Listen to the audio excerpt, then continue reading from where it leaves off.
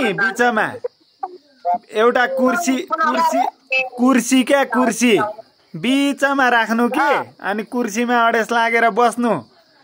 अनि यो गर उ गर भनेर बस्नु त्यत्रो छोरा बुहारीहरू नातिनीहरू नातिने बुहारीहरू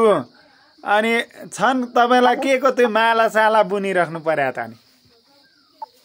अनि ठुलो लागेर बस्ने सबै बसिरहेछन्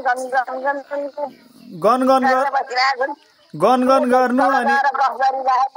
कराउँदै बस्नु नि तपाईँ कुर्सीमा यो गर उ गर यसो गर उसो गर भनेर चस्मा लाउनु भएको छ अनि माला बुन्नु भएको छ अनि त्यो खाना पकाउने अर्कै मान्छे लाग्छ अरे यता आफू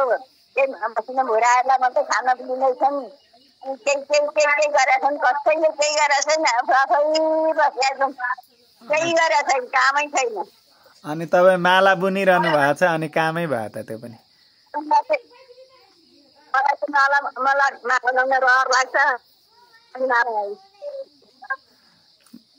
यसो हेरे बुहारीहरू चिया खाँदै बसेका छन् आमा चाहिँ माला बुन्दै बस्नु भएको छ कराउँदै बस्नु छोडेर म चाहिँ सासू भएको भए कुर्सीमा अडेस लागेर बस्ने काम गर है गर म त गर्दिनँ भन्दै बस्न अल्छी लागेर नि त्यो निन्द्रा लाग्छ बसिर भने अनि त्यहाँ माला पो हुनु पर्यो यो हिजो भगवानलाई चढाएको माला अहिले मान्छेलाई लगाइदिनु हुन्छ नि त भयो भगवानलाई चढाउनु पर्यो अर्को फुल ल्याएर भगवानलाई चढाउने अनि के खानुभयो त तपाईँले चाहिँ के खानुभयो अरू चाहिँ चिया सिया खाँदैछन् तपाईँ चाहिँ के खानुहुन्छ त मैले अलिअलि पानी खाएँ साबेको पानी तातो पानी खाएँ अनि अहिले दुध ल्याउँछु भन्दैछन् अहिले आउँछन् लागि खान्छु ए खाली पेटमा त्यसै दुध नखानु भन्छन् त अलिअलि केही त खानु भन्छन् फलफुलहरू केही खानु खाली पेटमा फलफुल पनि भएन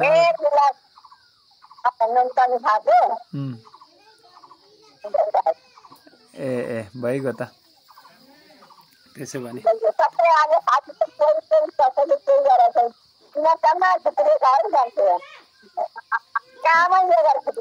भेला हुने मेलो हो नि त अब अरूलाई दुःख हुन्छ पाहुनालाई दुःख हुन्छ खुवाएर मात्र पठाउने हो क्या अब जमाना अनुसार आफूले गर्ने एउटा काम गरेर बस्नु पाएको ए खाने यो ले भन्ने खानु मन लाग्यो खाने उले भन्ने खाने खाना बोला होइन नि त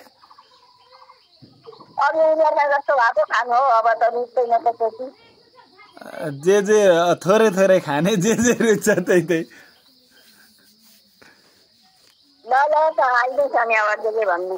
अब स्कुल जानु पर्यो त के गर्नु त टाढा छु अब भात खाने अनि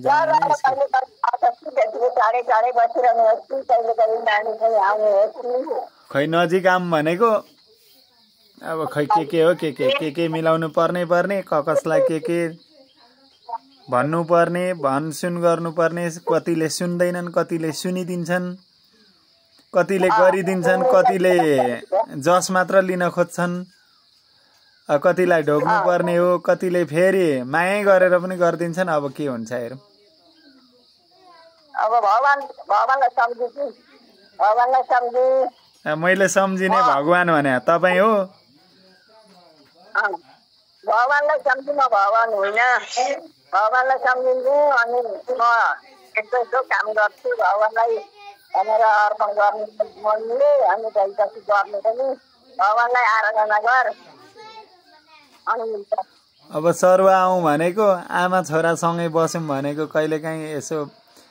बाँच्दै ओर्दै भए पनि बस्नु पर्यो भनेको खोइ बाँच्न पनि मिल्दैन क्या टाढै भइयो म पनि तिनीहरूका छोराछोरी नाति नातिना सबैको लागि मैले गर्छु आफ्नो आमा हुन्जेल कसै कुनै भगवानलाई पुकार्नु पर्दैन आमा बुवा हुन्जेल कसैलाई केही गर्नु पर्दैन मेरो लागि आमाले नि सबै गरिदिनुहुन्छ पुकारिदिनुहुन्छ अनि किन मैले पुकार्नु आफूले हुन्छ छोराछोरीलाई होइन आमाको पेटबाट खुस्किएपछि गरेपछि अनि आफै खानुपर्छ आफै खाए पनि आमाले खुवाउने हो नि आमाले कति वर्षसम्म खुवाउनु पर्छ अनि पछि पनि आमा हुन्जेल के को चाहिएको छ हामीहरूलाई धर्म कर्म केही चाहिएको छैन आमाले गरिदिइहाल्नुहुन्छ 12-1 बजेसम्म नखाइकन पूजा गर्नुहुन्छ हाम्री आमा लु तपाईँ त्यो छोड्नु त हामी गर्न थाल्छौँ गर्छु अब गर्नै पर्छ अब भगवानको आराधना भयो भने सामान्य त किन आउनुहुन्न